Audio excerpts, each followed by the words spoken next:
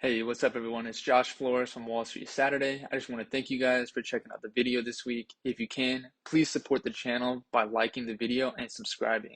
And I just want to inform everybody that everyone on this video are not financial advisors, nor anyone's financial advisors. Anything that's said or seen on the show is strictly for educational purposes only. With that being said, please enjoy the show. What's up, everybody? This is Wall Street Saturday. Thanks for tuning in. Today is March the 19th, and we're happy to share some news with you about what happened in the market this week. But first of all, let us pray, and then we can continue. God, we thank you for today. Thank you for another day of life. I pray that you will be with us, the conversation, give us wisdom, and guide us so that we can be good stewards of the money that you've given us. And we thank you for this group. And we pray this in Jesus Christ. Amen. All right. My name is Misael Gonzalez. I'm Joshua Trusty. And I'm Josh Flores. So we actually didn't have a video last week. And so a lot has actually been happening over the past couple of weeks. And we're excited to finally share that with everybody. So I'm actually going to share my screen. This is a nice article from the Wall Street Journal. I'm assuming you guys can see this, right? Yep. This is the article, and as some of us probably experienced, that the S&P, the Dow, the Nasdaq all had their greatest week of 2022, and it says since November 2020. So that's pretty good. So all my T triple Qs out there and U pros out there, I hope that you guys are happy with the decisions that you guys have made. We kept saying over the past couple of videos, keep thinking about these, maybe investing these. Okay, we're not financial advisors. We don't want anybody to make any financial decisions based upon things that we're saying, but we're just saying what we're doing is we're getting into T triple Q and U pros. But as we kind of go through this document here, it really sums up everything that's been kind of going on. I think the really big thing that we can kind of point out is that when we kind of look at this year to date, we're seeing that we're breaking some resistance points here. Here's a resistance point that I see right here. We had a double top, looks like right here. So we're breaking that. So we're hoping that this 5-day chart continues to go up into even past this point. This right here, where I see would be another resistance point that we can see. Then we have another double top here. So hopefully we really can end the year over this 4,700 for the S&P. Of course, we'd want the same trend to happen for the Nasdaq and the Dow. Another really big thing that we watched this week was our boy Fed Jerome Powell in the Federal Reserve. They released their minutes, and he got on TV and let everybody know that we're finally raising our interest rates 25 basis points. And so the significance of that is obviously is going to affect everything that everybody has a loan in, even our companies that we audit or that we work for or whatever. Everybody pretty much has a loan. That's how this country was built. But I think that the belief is that we're going to have a 2% interest rate, Fed interest rate, before the end of the year, before the end of 2022. And so there are several other meetings. I think that I have it up, actually. Let me share with you guys. I know I brought this up on a meeting before, but of course, this is the 16th, and this is where Jerome Powell had told us about the 25 basis points increase. And so I'm expecting another 25 basis points here, maybe here, and all the rest of these, the last days of their meetings here. But of course, some of these are probably going to have to be 50 basis points if I had to guess, but he's already admitted that there are going to be several rate hikes this year. And so whether or not that's factored in or priced into the market, I would like to think that it is, just because during his announcement, it turned out that the S&P actually turned up quite a bit. And so I'm hoping that everything that was happening during this time from January 3rd to today was just all uncertainty. Of course, we had the Russia-Ukraine conflict going on there, and a little bit of China now going on, which I don't necessarily know if that's an issue at this point. But one thing to kind of keep in mind is just these mortgage rates as they increase the interest rates. You can see there's another great article from the Wall Street Journal how the housing prices increased and the average is about 4% now.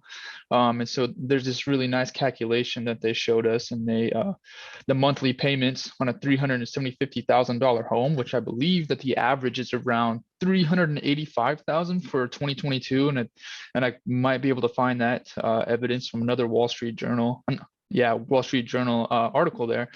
But we can see that at a 4% interest rate, you're going to be paying $220 higher than what you would have been paying in December of 2020.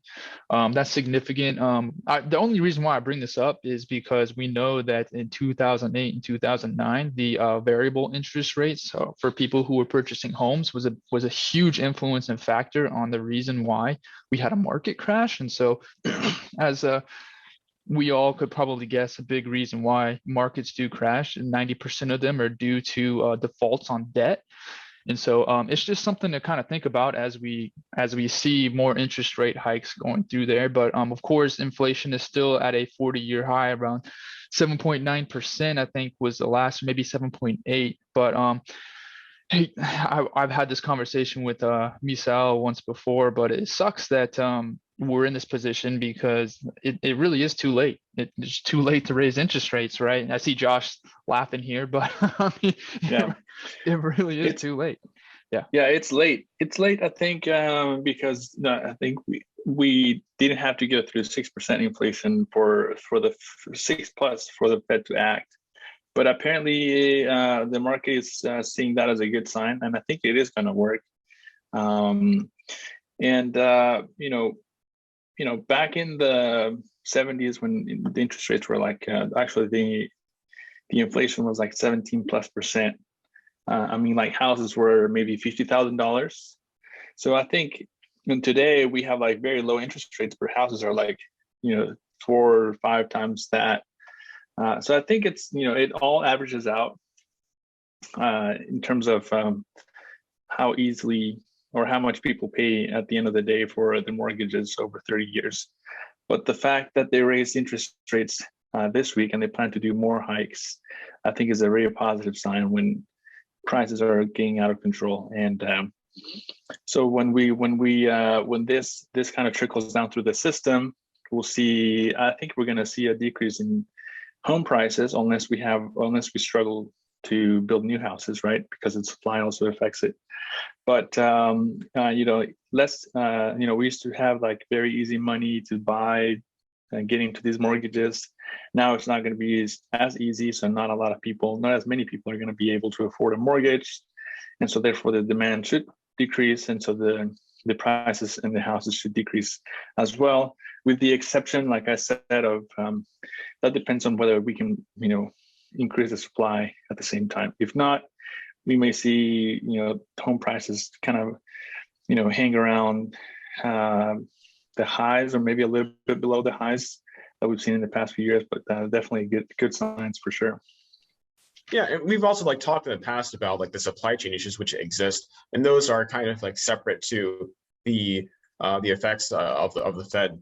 So we may see that some prices don't go down as much just due to those supply chain issues. So for example, if lumber is constrained in terms of production, that will still that will act as one thing to bolster housing prices, even as the Fed increases the rates, which would also have a competing effect of reducing housing prices. So it'll be interesting over the next several months, seeing how this plays out. And I also do agree with you, Misael. I don't think we really had to get to the point of 6% inflation to finally say, hey, you know what, we're gonna increase the interest rates by 25 basis points.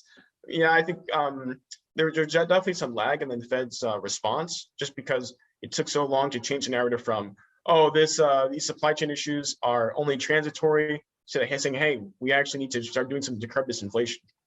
And then also going back to your point, Josh, on March 16th, that day was significant for not just the Fed discussing inflation and interest rates, but also there was an announcement that China may be softening its stance with regard to tech stocks that are also registered in the U.S. So for some of us, we may remember who are invested in various Chinese stocks like Alibaba or even infamously DD. And there were several different Chinese stocks that were at risk of being they had like two different headwinds. Headwinds against them. One was that China was going to start regulating them a bit more than they had in the past, also just to prevent any monopolies from forming as well. And there was an article that came out a few days ago, and let me just share my screen rather quickly. So there was like a news agency that published a report which stated that the rectification of large Chinese tech companies would be soon coming to a close. So that's definitely bullish for a lot of the German tech companies that exist in China, and that also like have American depository shares over in the US. So companies like Alibaba definitely had already gone down due to that news. So like that is coming to an end at the same time. But in addition, there was also some controversy with regard to the US wanting these Chinese stocks to be regulated by US regulators, and China didn't really want that to happen. And that also has had discussion become reinvigorated over the past week. And it looks like there might be an agreement that we can come to like internationally that will allow these stocks to get regulation happening from on both like China's end as well as the US's end. So those were some significant headwinds that just absolutely punished Chinese stocks in the US over time. So you can look at this chart here from I believe it's The Economist. Yeah, and as you can see, like obviously the Nasdaq Composite went down just due to the war in Russia, and so did some of the Chinese stocks. These were also like punished even more than the Nasdaq Composite stocks. And so yeah, over time we also saw that a lot of Chinese stocks went up this past week due to the news. So for example, some of them like actually went up by around 20% because of these reinvigorated discussions. So that's definitely like a bullish sign. Did you have a comment on that, Misael? Yeah, I mean, I think we saw this coming a mile away, starting with Luckin Coffee, right? I mean, the reason why the U.S. wants to make sure that these Chinese companies are, sharing with the SEC how much of the company is controlled by the government is, this was going to happen because, it wasn't only Luckin, but for a while, I mean, the Alibaba CEO, right, Jack Ma, was like gone, and that caused the stock price to tank. And so I guess the ultimate goal of the SEC is just trying to protect the interest of whoever is holding the stock. And I think if these Chinese companies are largely controlled by the government, we want to know about it because that's just represent a risk that investors should be aware of. And obviously, as expected, not a lot of these companies are going to be able to do that because they're largely controlled by the Chinese government. But I think this is a good effort on the part of the U.S., the SEC, to kind of protect investors and here at home and then around the world. Right, and as a result of those efforts, a lot of the Chinese tech stocks tanked in the U.S. because there's some fear that they would be delisted, because they had like about 3 years to comply with those new regulatory laws that came out in the U.S. in 2020, and yeah, that just caused a lot of like those various like Chinese tech stocks and Chinese listed stocks in general just to atrophy in terms of their stock price. And I would say there's been like some resurgence recently. Like for example, let's take a quick look at Alibaba. So we can see that over the past 5 days, it's gone up by 30%. So that's pretty good if you happen to get in on Tuesday. But obviously, if you had been holding Alibaba for a longer time period, like maybe a year, you would still be down by over 50%.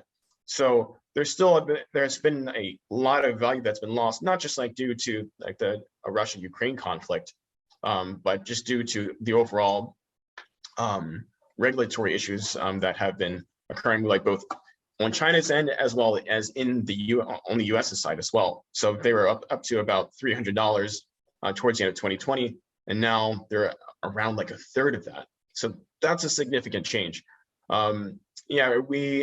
So we might not even like see an immediate resurgence to like $300, which was a pretty nice valuation, because things have fundamentally changed, because now there's more regulation than there was before, and so since there's more regulation, that's going to fundamentally change the game in terms of the profitability of these companies. And there's going to be like more wealth spread around because of anti-monopoly measures taken as well. So that's something to consider for the future. I personally don't have any actions that are going to immediately come out of this for myself. Although I think it's very interesting, and it does make me, generally speaking, more bullish on Chinese stocks that are listed in the U.S., like Alibaba. So that's my take on that.